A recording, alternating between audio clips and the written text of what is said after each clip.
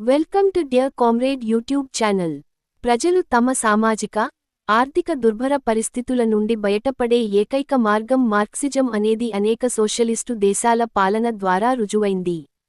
ఆ దేశాల ఉత్థాన పతనాల గురించి అనేక ప్రశ్నలు ఉన్నప్పటికీ, ఇదొక్కటే ప్రస్తుతమున్న ఏకైక మార్గం అని చెప్పక తప్పదు.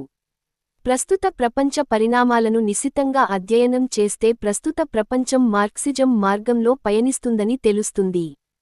పెట్టుబడిదారీ విధానం అనేది ఒక దేశ ఆర్థిక పరిస్థితిని దిగజార్చి ఆ దేశ ప్రజలు పాలకులపై తిరగబడేలా చేస్తుందని, సామాజిక, ఆర్థిక స్థితిగతులు దుర్భరమైన పరిస్థితులకు చేరుకున్న వేళ, ప్రజల ముందున్న ఏకైక మార్గం మార్క్సిజం మాత్రమేనని శ్రీలంక ప్రస్తుత అధ్యక్షుడు అనుర కుమార దిశనాయకే ఎన్నిక తెలియచేస్తుంది.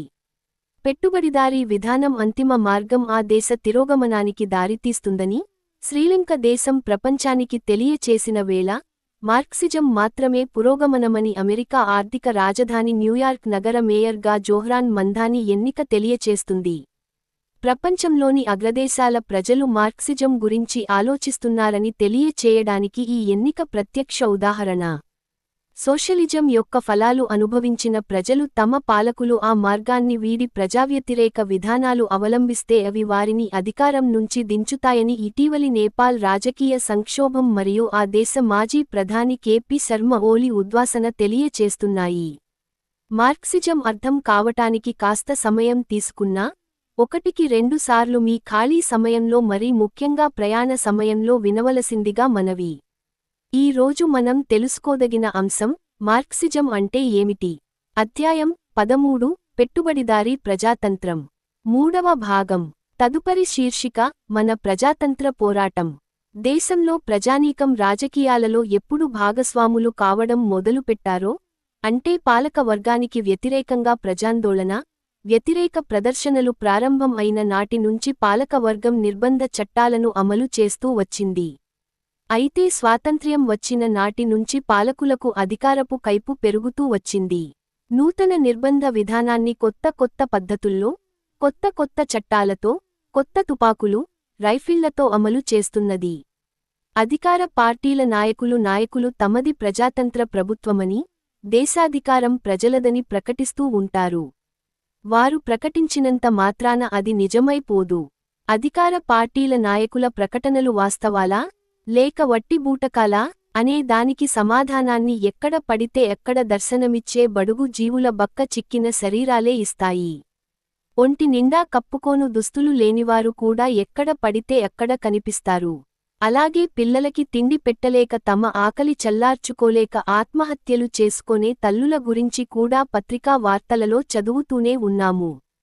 పస్తులతో, అర్ధ ఆకలితో అలమటించే ఈ దుర్భర జీవితాన్నుండి విముక్తి పొందడానికి చేసే ప్రయత్నాలకు వ్యతిరేకంగా తుపాకీ కాల్పులు, టియర్ గ్యాస్లు, పోలీసు దాడులు, లాఠీ ఛార్జీలు, విచక్షణారహితంగా చేసే అరెస్టులు, సభలపై విధించే నిర్బంధాలు మొదలైనవి గమనిస్తే ఇది ప్రజల ప్రభుత్వమో కాదో అర్థమవుతుంది. మన దేశంలో కోట్లాది రైతులు మక్తాలు, అప్పులు, పన్నుల భారం మోయలేక మూల్గుతున్నారు. పొలంలో పనిచేసే కూలీలు కడుపునిండా తిండి కూడా సంపాదించుకోలేకపోతున్నారు. కూలీల స్థితి రోజు రోజుకీ అధ్వాన్నం అవుతోంది. పాఠశాల ఉపాధ్యాయులు, గుమస్తాలు, ఆఫీసుల్లో నౌకర్ల స్థితి కూడా అంతంతమాత్రంగానే ఉంది. నిరుద్యోగుల సంఖ్య నిరంతరం పెరిగిపోతుంది. ధరలు పెరిగి నిజ వేతనాలు తగ్గిపోతున్నాయి. నెలజీతాలు తెచ్చుకునే వాళ్లకి పెరిగిన ధరలతో బ్రతుకు దుర్భరమవుతోంది. నానాటికి విద్యా వ్యయం పెరిగిపోతోంది. చేతివృత్తుల వారు, చిన్న పరిశ్రమదారులు, చిన్న వ్యాపారులు దివాళా తీస్తున్నారు. ప్రజాతంత్ర ప్రభుత్వంలో ప్రజల బ్రతుకులు మరి ఇలాగే ఉంటాయా? ఇంగ్లండ్, అమెరికా మొదలైన సామ్రాజ్యవాద దేశాలు మన దేశ ఆర్థిక వ్యవస్థను దోచుకోవడానికి వీలుగా నేటి ప్రభుత్వం బాహాటంగా తలుపులు తెరిచి స్వేచ్ఛనిస్తోంది. మాజీ రాజులు, జమీందారులు, వడ్డీ వ్యాపారులు ఇష్టం వచ్చినట్లు దోచుకోవడానికి స్వేచ్ఛనిస్తోంది. మన దేశపు రాజ్యాధికారం ప్రజల రాజ్యాధికారం కాదు. దోపిడీగాళ్ల రాజ్యాధికారం, పెట్టుబడిదారుల, భూస్వాముల రాజ్యాధికారం, పెద్ద పెట్టుబడి నాయకత్వాన నడుస్తున్న అధికారం. ఈ ప్రభుత్వాన్నే ప్రజాతంత్ర ప్రభుత్వమని దండోరా వేసుకుంటున్నారు. ఇది పెట్టుబడిదారీ ప్రజాతంత్ర ప్రభుత్వము. అది ధనిక వర్గాల పెట్టుబడిదారుల ప్రయోజనాలు కాపాడుతూ ఉంటుంది. ప్రజల పైన నిర్బంధాలు అమలు జరుపుతూ ఉంటుంది. తదుపరి శీర్షిక కమ్యూనిస్టులు, పెట్టుబడిదారీ ప్రజాతంత్రము. పెట్టుబడిదారీ ప్రజాతంత్రానికి అనేక పరిమితులు ఉన్నా, ఆ ప్రజాతంత్రం కొరకు జరిగే పోరాటం నుండి కార్మిక వర్గం దూరంగా ఉండజాలదు. ఎందుకంటే స్వామిక పరిపాలన కంటే అంతకు ముందున్న సామాజిక వ్యవస్థల కంటే పెట్టుబడిదారీ పీడిత ప్రజలకు సంఘ నిర్మాణము మొదలైన అనేక సౌకర్యాలను, హక్కులను కలిగించింది.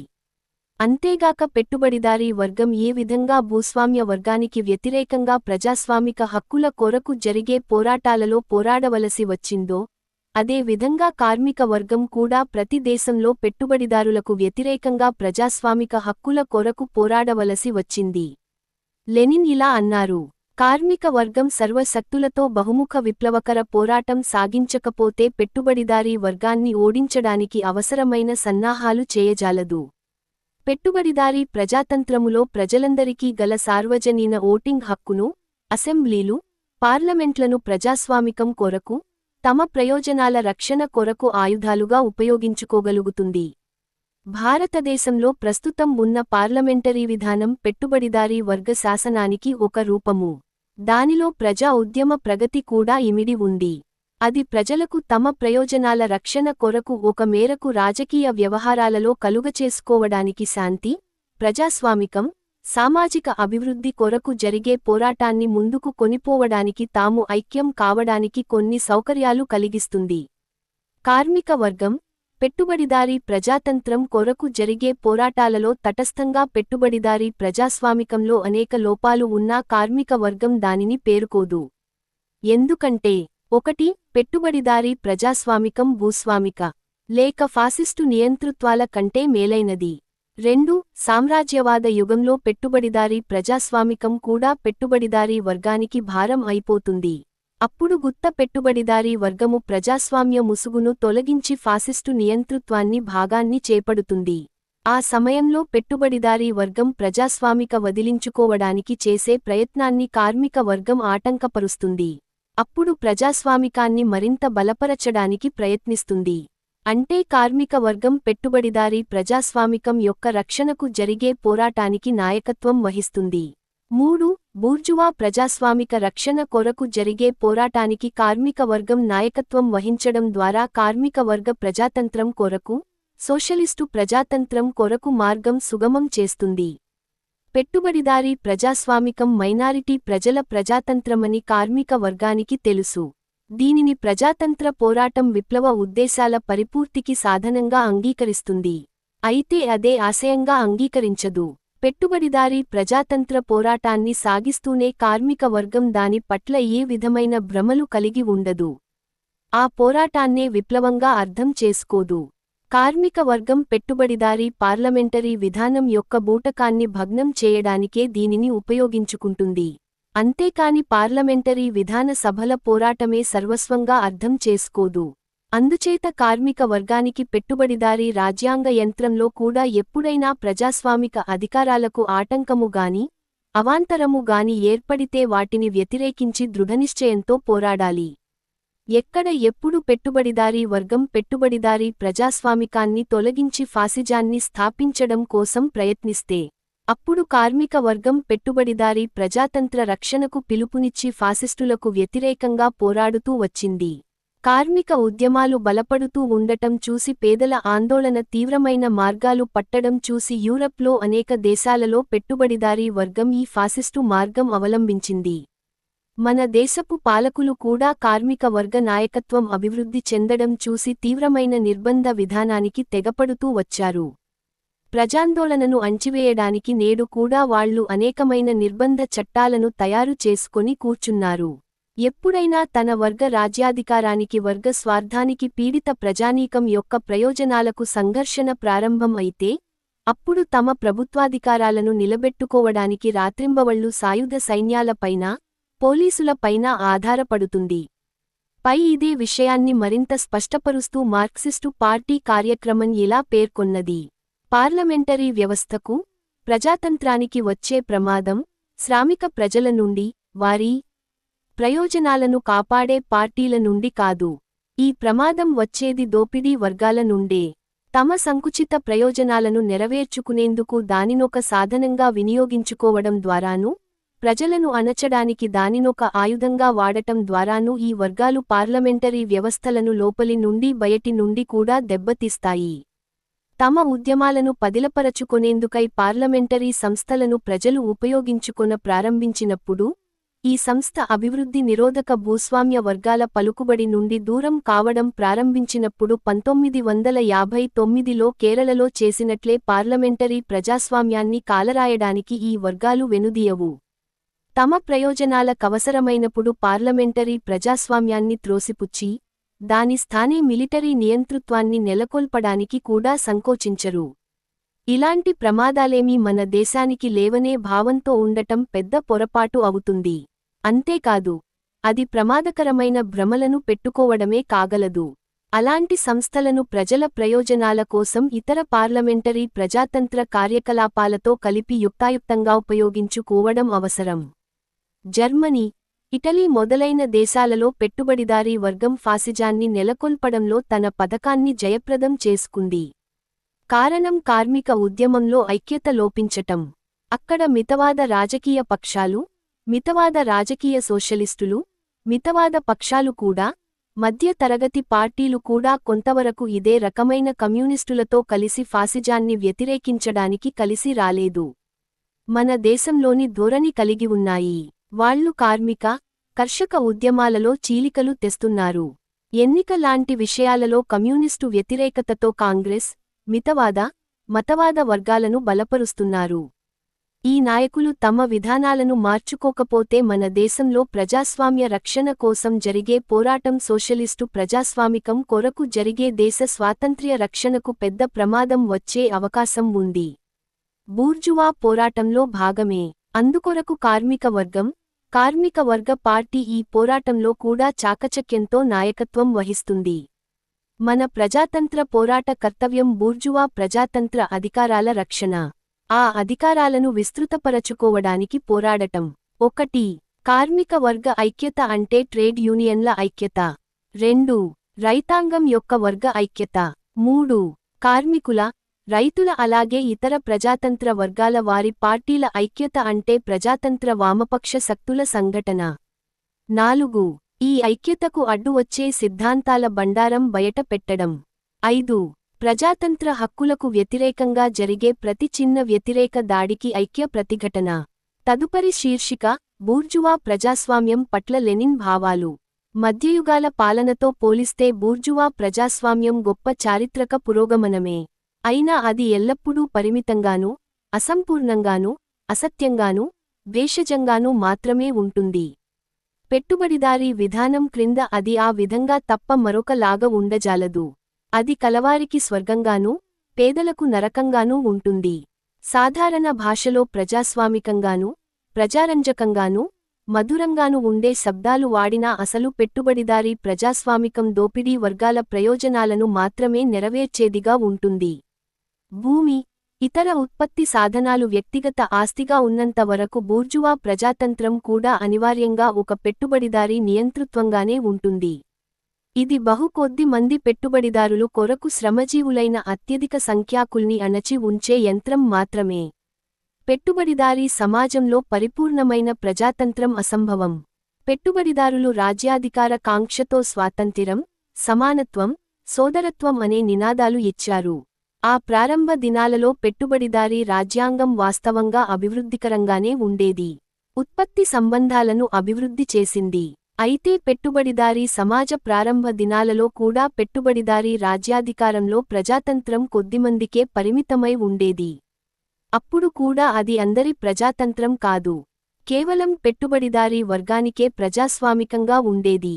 అది ఆచరణలో దళిత వర్గాలపై నియంతృత్వంగానే ఉండేది. శాంతి, భద్రతలకు భంగం కలిగిన సందర్భంలో తన బానిస స్థితిని ప్రతిఘటించేందుకు దళిత వర్గాలు వాస్తవంగా కృషి ప్రారంభించిన సందర్భంలో అదెంతటి ప్రజాస్వామిక రాజ్యమైనా ప్రతి రాజ్యాంగ యంత్రం, తన రాజ్యాంగంలో కార్మికులకు వ్యతిరేకంగా సైన్యాలను పంపేందుకు, మార్షల్లా ప్రకటించేందుకు అవసరమైన క్లాజులను ఉంచుకొంటుంది. లెనిన్ అభిప్రాయం ప్రకారం సామ్రాజ్యవాదం అంటే అర్థం సర్వతోముఖంగా అభివృద్ధి నిరోధకము, ముఖ్యంగా రాజ్యాంగంలోనూ, రాజనీతి రంగంలోనూ ఈ లక్షణం కనిపిస్తుంది. పెట్టుబడిదారీ రాజ్యాంగంలో పౌరులకు అనేకమైన అధికారాలు, స్వతంత్రాలు ప్రకటితమై ఉంటాయి. ప్రధానంగా సార్వజనీన ఓటు హక్కు, స్వతంత్రమైన ఎన్నికలు, వాక్, పత్రికా స్వాతంత్ర్యము మొదలగునవి. ఈ పుస్తక ప్రారంభంలో ఈ విషయాలన్నీ వివరంగా ఉన్నాయి. అంతేకాకుండా ఇవన్నీ వట్టి చిలక పలుకులు మాత్రమేనని, అంతకు మించి ఏ కొంచెం విలువ కూడా వీటికి లేదని చెప్పాము. అయితే పెట్టుబడిదారీ వర్గం ఈ గంభీరమైన ప్రకటనలన్నీ ఊరికే చేయదు. జర్మన్ తత్వవేత్త హెగెల్ తన స్మృతి దర్శనం అనే గ్రంథంలో ఇలా చెప్పారు: ప్రజల గురించి మౌనంగా ఉండే కంటే వాక్ స్వాతంత్ర్యం ఎంతో తక్కువ ప్రమాదకరం. ఎందుకంటే నోరు మూసుకుని ఉండటం వలన పౌరులు ముఖ్యమైన అంశాల మీద తమ మనస్సులో ఉన్న వ్యతిరేకతను వెల్లడించలేరు. వాక్ స్వాతంత్ర్యము వల్ల వాళ్లు బాహాటంగా మాట్లాడుకుంటారు. అందువల్ల వాళ్ల మనసులో అణిగి ఉన్న అసంతృప్తికి ఒక నిశ్చితమైన రూపం ఏర్పడుతుంది. దానివల్ల పౌరులు ఒక విధంగా సంతోషాన్ని అనుభవించడం ప్రారంభిస్తారు. మరొక పనిలేకుండా ఏ విధమైన ఆటంకం కలిగే దానికి ముందే నిర్ధారితమైన మార్గంలో నడుస్తూ ఉంటారు.